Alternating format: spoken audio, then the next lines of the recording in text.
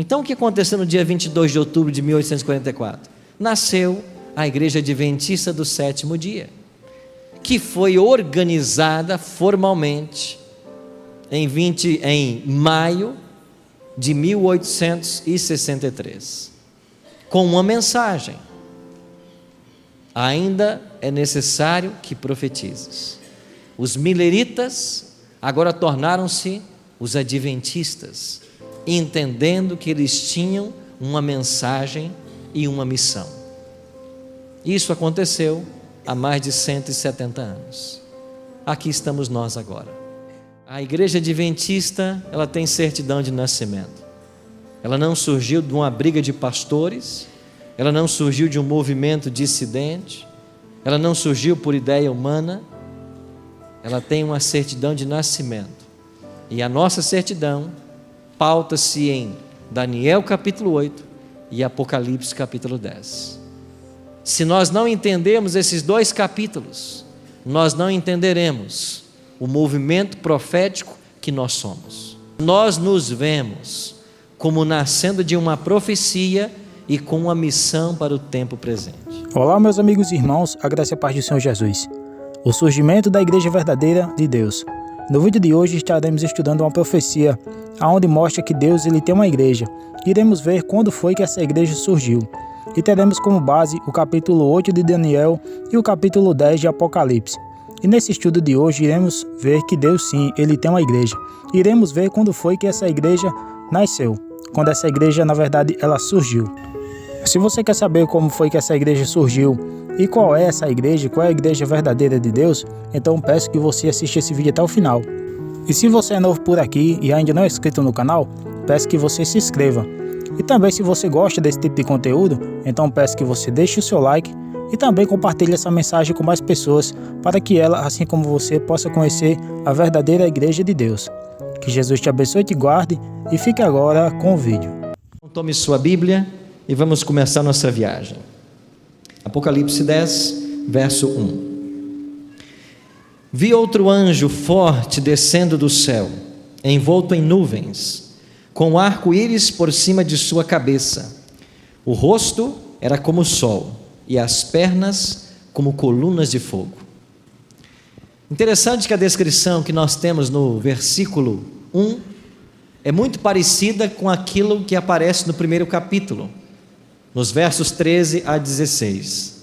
Lá João tem uma visão do Cristo ressurreto, e agora ele está tendo mais uma vez a visão do Cristo ressurreto. Aqui Cristo é apresentado como um anjo forte, mas é o próprio Jesus. Essa expressão envolto em nuvens, ela é aplicada no Novo Testamento para a pessoa de Jesus Cristo. Então não há dúvidas de que esse anjo do capítulo 10 é o próprio Jesus. E diz o texto que, no versículo 2 agora, ele tinha na mão o quê? Um livrinho aberto. Pôs o pé direito sobre o mar e o esquerdo sobre a terra. Interessante, eu estava lendo esse capítulo outro dia e me veio à memória uma coisa.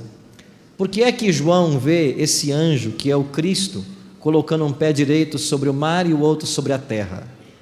Essa posição denota sua autoridade. Ele tem autoridade sobre todo o planeta. E essa autoridade será questionada.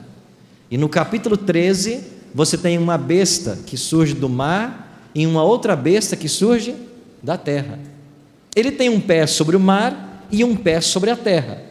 E desses dois locais surgem duas bestas.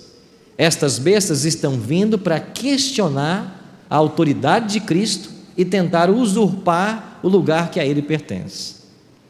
Então esta posição denota a autoridade que Cristo tem.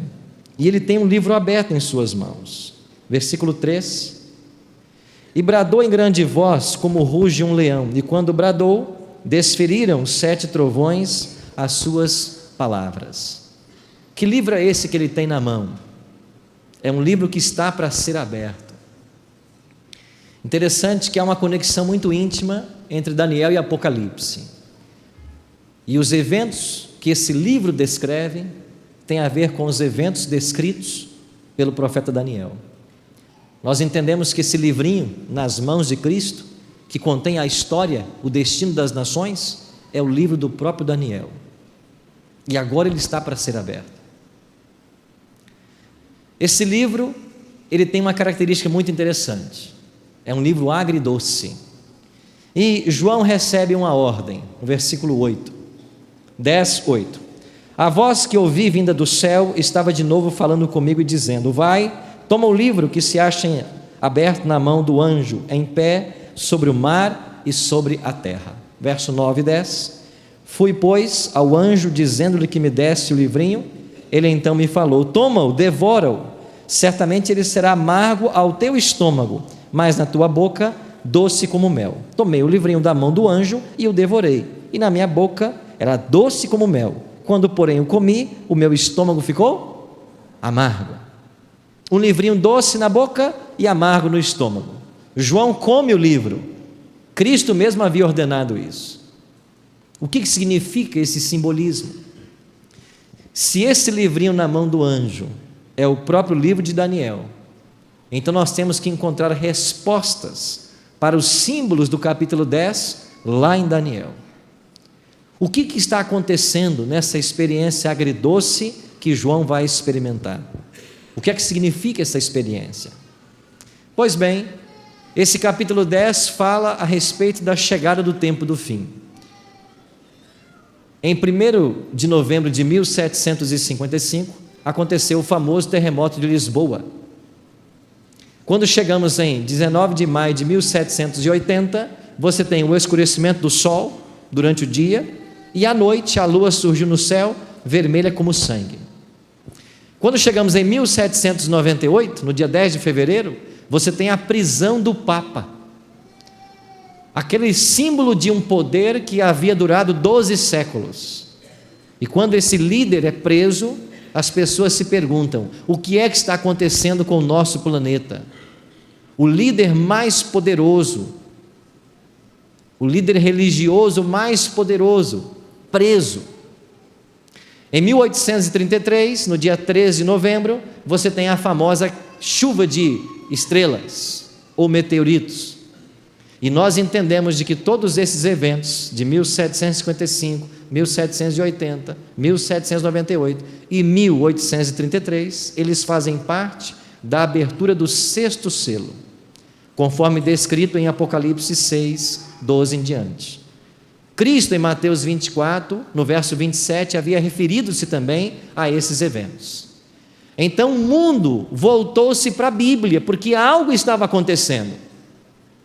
O mundo estava saindo do seu curso natural, algo extraordinário estava acontecendo.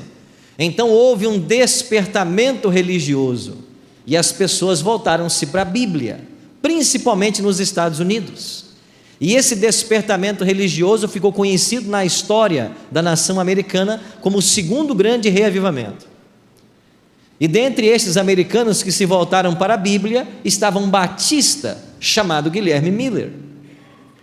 E este fazendeiro se interessou pelo estudo da palavra de Deus e dedicou vários anos de sua vida a estudar o livro do profeta Daniel, sentado aí na escrivaninha da sua casa. Aqui está uma foto da Bíblia de Miller. Ela se encontra hoje no museu da nossa Universidade Andrews, nos Estados Unidos. E quando eu peguei a Bíblia de Miller na mão, uma coisa me chamou a atenção. 2 porções na Bíblia de Miller estão surradas pelo uso. Você consegue adivinhar quais são? Todo mundo tira 5 nessa pergunta, né? Daniel está certo, Apocalipse está errado. Na Bíblia de Miller, o livro de Daniel e os evangelhos estão surrados pelo uso. Por que os evangelhos? Porque para ele entender Daniel, ele teve que entender o papel de Cristo na profecia. E sentado aí nesta cadeira, com essa Bíblia, ele gastou pelo menos 8 anos no tema principal de estudo. Miller chegou a Daniel 8,14.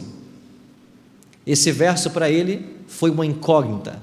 O texto diz: e ele me disse, até 2.300 tardes e manhãs, o santuário será será purificado.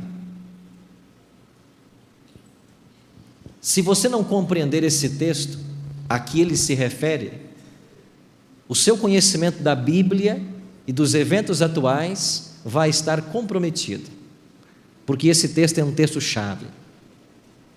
E falando para os adventistas, se nós não conhecermos bem esse texto e a profecia que ele envolve, nós temos que voltar para as salas, voltar para os estudos, porque isso é chave na nossa visão.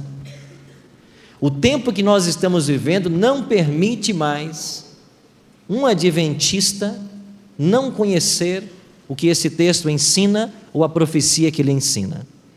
Por que não permite? Você vai entender nessa noite. Em Êxodo 25:8, Deus havia dado uma ordem a Moisés. Deus disse para Moisés: e me farão um santuário para que eu possa morar no meio deles. E Moisés começou a construir um santuário. Esse santuário tinha 2 serviços principais.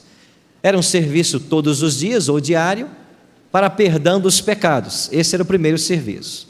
Como funcionava então a salvação nos dias do Antigo Testamento? Quando alguém pecava, pegava um animal e levava até o santuário. Para cada tipo de pecado havia um tipo de animal, um tipo de oferta. Então no santuário eram oferecidos ovelhas, cordeiros, pombas, rolas, touros. Dependendo do pecado, tinha um tipo de oferta. O pecador trazia o animal na presença do sacerdote, colocava a mão sobre a cabeça do animal, confessava o seu pecado, simbolicamente o pecado saía dele e ia para o animal. Agora o pecador pegava uma faca e matava o animal. Ele tinha que matar o animal. E enquanto o animal estivesse contorcendo as dores da morte, o pecador via nesse animal um símbolo do Messias. Toda vez que ele pecava, o inocente morria, e isso apontava para o Messias. Então este era um evangelho em símbolos, e através desse evangelho, Deus falava à nação, advertia contra o pecado e apresentava a graça. Mas pastor, e quem fosse um pobre e não tivesse animais para oferecer? E quem estivesse longe do santuário e não pudesse ir lá oferecer a sua oferta? Então, para esses casos, o próprio santuário provia um cordeiro. E todos os dias, às 9 da manhã e às 3 da tarde, morriam 2 cordeiros, providos pelo próprio santuário. E esses cordeiros que morriam, eles atendiam essas 2 situações: quem não tinha animal para oferecer e quem estava longe do santuário. Você entende por que Daniel orava 3 vezes ao dia com o rosto voltado para Jerusalém? É porque ele esperava que o sacrifício que lá estava acontecendo, pelo menos nos primeiros anos de cativeiro, enquanto havia santuário, também beneficiasse a ele. Assim as pessoas eram perdoadas no Antigo Testamento. Agora no santuário havia um segundo serviço, que acontecia uma vez por ano. No local santo, o sacerdote pegava o sangue do animal que o pecador havia matado e entrava e molhava o chifre do altar do santuário e aspergia também na cortina. Mas uma vez por ano entrava em cena o sumo sacerdote, que era o maior líder religioso em Israel. Havia um dia para isso, 10º dia do 7º mês. Nesse 10º dia do 7º mês, era o dia da expiação. O sumo sacerdote acordava de manhã cedo e ele tinha que sacrificar um animal para ele, porque ele também era pecador. E ele tinha que matar um animal para o seu pecado. E que animal ele matava? Um carneiro.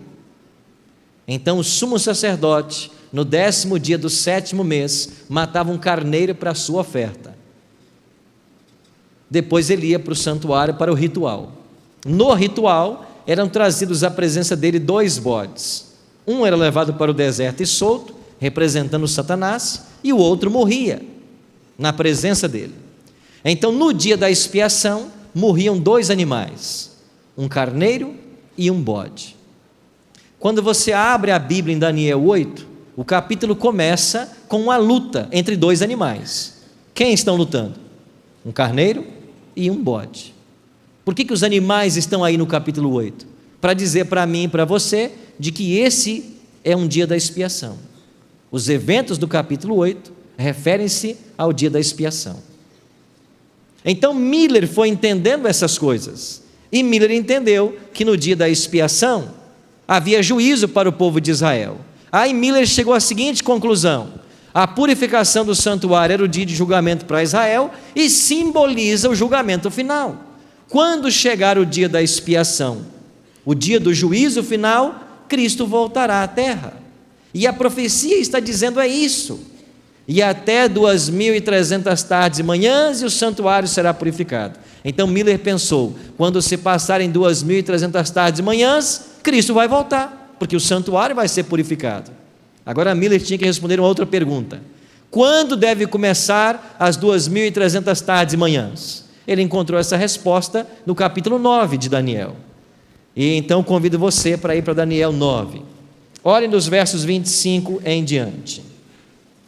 Miller lê o seguinte, Daniel 9, podemos começar com o verso 24. 70 semanas estão determinadas sobre o teu povo, sobre a tua santa cidade, para cessar a transgressão, para dar fim aos pecados, para expiar a iniquidade, para trazer a justiça eterna, para selar a visão e a profecia e para ungir o santo dos santos. Verso 25. Sabe e entende, desde a saída da ordem para restaurar e para edificar Jerusalém, até o ungido ao príncipe, 7 semanas e 62 semanas, e as praças e as circunvalações se reedificarão, mas em tempos angustiosos. Miller leu isto, e ele entendeu o seguinte: quando é que começam as 2.300 tardes e manhãs? Junto com 70 semanas, que Deus separou dos 2.300 anos e deu para o povo judeu. Então lá diz, sabe e entende, verso 25, desde a saída da ordem para restaurar e edificar Jerusalém. Aí Miller descobriu que esta ordem saiu no ano 457. Estamos agora em Esdras capítulo 7, o decreto de Artaxerxes. Então em 457 saiu a ordem. A partir daí os judeus teriam 70 semanas de graça, profeticamente 490 anos. Multiplica 70 semanas, 70 vezes 7, 490 anos. E quando se passassem 2.300 anos, seria purificado o santuário, ou seja, Cristo voltaria. Então Miller começou a fazer os cálculos, e ele entendeu que se nós partíssemos de 457, a primeira profecia diz, 7 semanas, se você multiplicar, então, 7 semanas vezes 7, são 49 anos, o que nos leva ao ano 408. Então, o ano 408 é um ponto importante. O que aconteceu nele? Terminaram as reconstruções de Jerusalém. Depois diz o profeta, 7 semanas e 62 semanas. Se você multiplica 62 vezes 7, são 434 anos. Isto nos levaria até o ungido, o Messias. E quando é que Cristo foi ungido pelo Espírito Santo? Em que evento? Que evento? No batismo. Lembra que o Espírito Santo veio sobre ele em forma corpórea de pomba? Ali ele foi ungido pelo Espírito Santo. Que ano era? Ano 27. Ele estava com 30 anos, mas era o ano 27. E o ano 27 bate exatamente com a profecia. 69 semanas ou 483 anos depois do decreto de Artaxerxes. Cristo vai para o Rio Jordão e diz para João Batista, me batiza. Qual foi a resposta de João? É você quem tem que me batizar. E Jesus disse para João, João, tem que ser agora, porque convém que cumpra toda a justiça. Por que é que Jesus disse isso? Porque tinha um dia marcado para ele ser batizado. Jesus tinha um dia marcado para tudo, e para o seu batismo era aquele dia, 69 semanas exatamente depois do decreto. Cristo se batizou. Aí chegamos a Daniel 9, 27. Olha o que diz o verso 27. Ele, o Messias, que foi ungido no batismo, fará firme aliança com muitos por quanto tempo? 1 semana. Mas na metade da semana fará cessar o sacrifício e a oferta de manjares, e sobre as asas das abominações virá o assolador, até que a destruição que está determinada se derrame sobre ele. Então o profeta Daniel recebeu a mensagem: ele, o Messias, depois de ungido, batizado, fará aliança com o povo judeu por 1 semana, 7 anos. Se ele se batizou no ano 27, a aliança se estendeu até o ano 34. O que é que aconteceu no ano 34, que terminou as 70 semanas de graça para o povo judeu? Estevão foi apedrejado. Estamos agora em Atos capítulo 7. Quando Estevão é apedrejado exatamente 490 anos depois do decreto de Artaxerxes. Só que a profecia dá mais um detalhe: ele fará firme aliança com muitos por 1 semana, mas na metade da semana fará cessar o sacrifício. Como Cristo fez cessar o sacrifício de animais do Antigo Testamento? Morrendo sobre a cruz. E quando ele morre sobre a cruz? Na metade da última semana, no ano 31. Então Cristo tinha um ano marcado na profecia para morrer. Mais que isso, ele tinha um mês, seria o mês da Páscoa. Mais que isso, ele já tinha o dia, seria o 15º dia. Mais que isso, ele tinha até a hora, tinha que ser na hora do sacrifício. E é por isso que Jesus foi crucificado 9 da manhã, ficou 6 horas na cruz e morreu às 3 da tarde. Ele foi crucificado na hora do sacrifício matutino e morreu na hora do sacrifício vespertino. Ele ficou 6 horas na cruz. Então Cristo, quando veio à terra, ele descobriu em algum momento da sua existência que ele tinha uma hora marcada para morrer. A maioria das igrejas na atualidade são dispensacionalistas. E sabe o que faz o movimento dispensacionalista? Pega esta última semana, a 70ª semana, e lança para um futuro distante. Se você tira da história esta semana, fincada pelo batismo, pela cruz e pelo apedrejamento de Estevão, você tirou Cristo da história. E é isto que está fazendo a maioria das igrejas hoje, ensinando que esta última semana ainda está no futuro. Mas nós, adventistas, leais à Bíblia e à história, nós entendemos que essa semana está marcada por esses 3 eventos. Miller entendeu tudo isso? Agora Miller fez uma conta muito simples.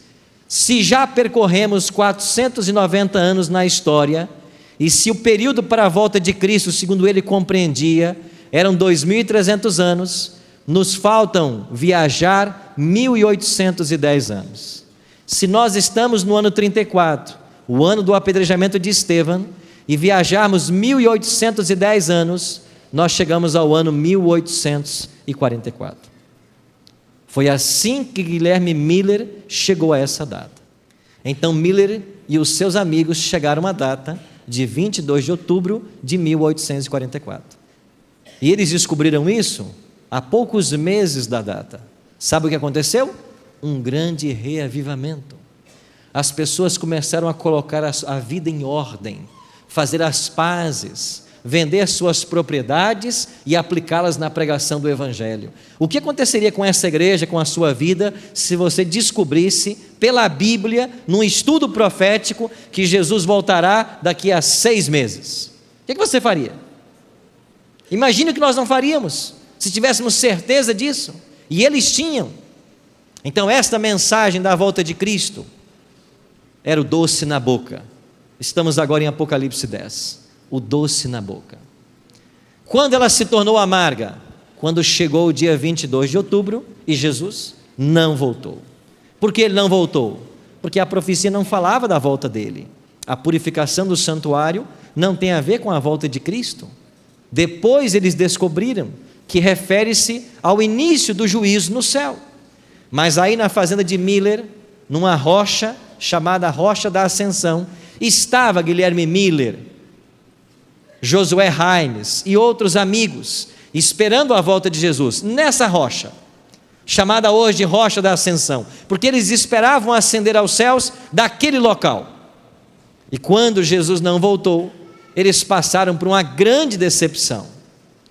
Guilherme Miller construiu essa pequena capela, e aí ele pastoreou algumas famílias até o dia 20 de dezembro de 1849, quando ele morre. Ele foi sepultado aí perto de sua fazenda, e aqui está uma foto da sepultura de Miller e de sua esposa Lucy ao lado. Ellen G. White, no livro Primeiros Escritos, na página 238, ela diz: anjos vigiam o precioso pó desse servo de Deus, e ele ressurgirá ao som da última trombeta. Miller descansou salvo, mas a igreja passou por um grande desapontamento, o amargo no estômago. Eles não entenderam o que estava acontecendo, e então eles se voltaram para a Bíblia. E no dia imediato ao desapontamento, Irã Edson acordou cedo e foi confortar algumas famílias que estavam decepcionadas. E enquanto ele passava por meio de um milharal, ele teve uma visão. Ele viu Cristo passando do santo para o santíssimo no santuário celestial. E ele entendeu de que o dia 22 de outubro, o dia da expiação, não apontava para a volta de Cristo, mas para uma nova fase do seu ministério no santuário celestial. O que aconteceu? No dia 22 de outubro de 1844, com um grande desapontamento, você teve agora 3 divisões dos milleritas. Primeiro grupo continuou marcando datas para a volta de Cristo até que eles desapareceram. Segundo grupo se apostatou e nunca mais quis saber de religião. Terceiro grupo voltaram para a Bíblia, entenderam a profecia, compreenderam que não era a volta de Cristo, mas era o início do juízo no céu. E eles então organizaram a Igreja Adventista do Sétimo Dia. Entenderam Apocalipse 10, verso 11, quando depois do amargo no estômago, o anjo diz para João: é necessário que você ainda profetize. Então o que aconteceu no dia 22 de outubro de 1844? Nasceu a Igreja Adventista do Sétimo Dia, que foi organizada formalmente em maio de 1863, com uma mensagem: ainda é necessário que profetizes.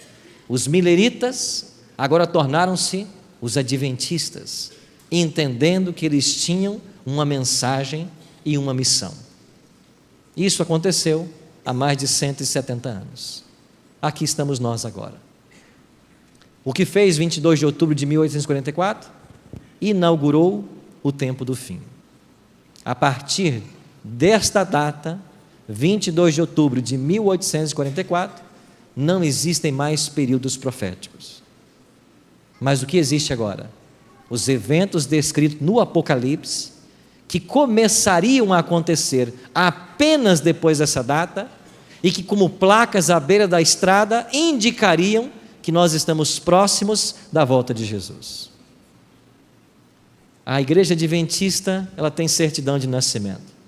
Ela não surgiu de uma briga de pastores, ela não surgiu de um movimento dissidente, ela não surgiu por ideia humana, ela tem uma certidão de nascimento. E a nossa certidão pauta-se em Daniel capítulo 8 e Apocalipse capítulo 10. Se nós não entendemos esses 2 capítulos, nós não entenderemos o movimento profético que nós somos. Pastor, isso não é ser exclusivista? Seria, se nossa igreja fosse uma igreja de portas fechadas. Não é, porque nós somos uma igreja aberta a qualquer pessoa que desejar ser membro de nossa comunidade. Mas nós nos vemos como nascendo de uma profecia e com uma missão para o tempo presente. E qual é a nossa missão?